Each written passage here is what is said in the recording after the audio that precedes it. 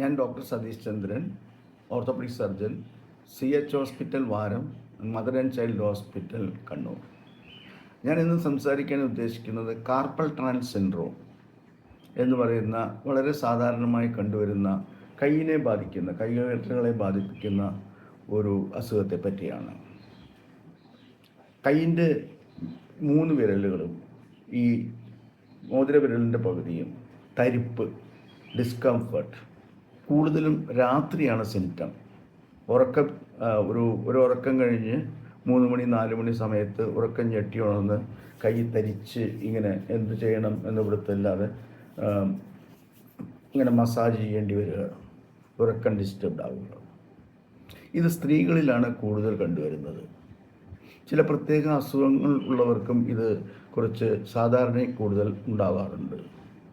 അതായത് rheumatoid disease, thyroid disease, diabetes.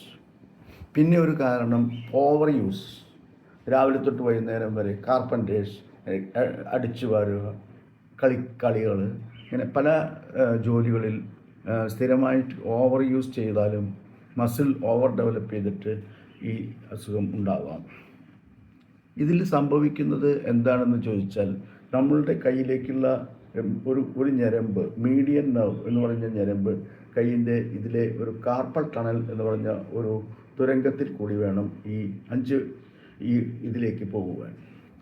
അതോടനുബന്ധിച്ച് ഈ 5 വിരലുകളിലേക്കുള്ള മറ്റു ഞരമ്പുകൾ, ടെൻഡൻസ് എന്ന് പറയും, ഇങ്ങനെ വള്ളി ഞരമ്പുകൾ, മൂവ് ചെയ്യാനുള്ള ഞരമ്പുകളും ഉണ്ട്.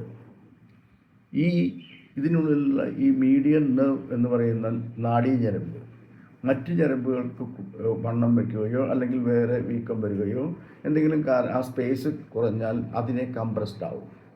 ഇതാണ് ഈ രോഗത്തിൻ്റെ പത്തോളജി.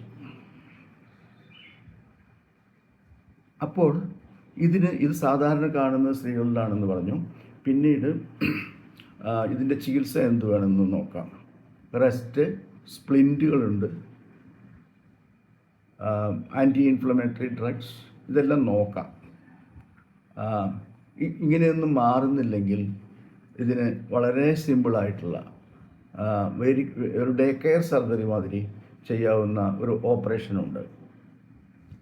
ഇവിടെ ഒന്ന് ഇങ്ങനെ സ്കിൻ ലോക്കൽ അനസ്തീഷ്യയിൽ ചെയ്യാം.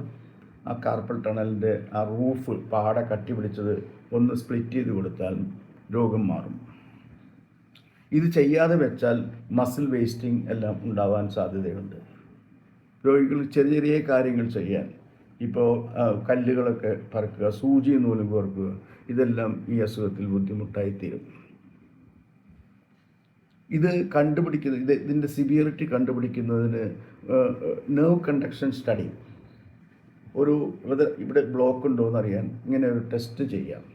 ഈ ടെസ്റ്റിൽ രോഗത്തിൻ്റെ ഗുരുതരാവസ്ഥ മനസ്സിലാവും. ഓപ്പറേഷൻ വേണ്ട കേസാണോ അതോ ചില ന്യൂറോട്രോപ്പിക് വൈറ്റമിനും റെസ്റ്റും കൊണ്ട് മാറ്റാമോ? ഇത്രയുമാണ് ഈ അസുഖത്തെപ്പറ്റി എനിക്ക് പറയുവാനുള്ളത്. നന്ദി, നമസ്കാരം.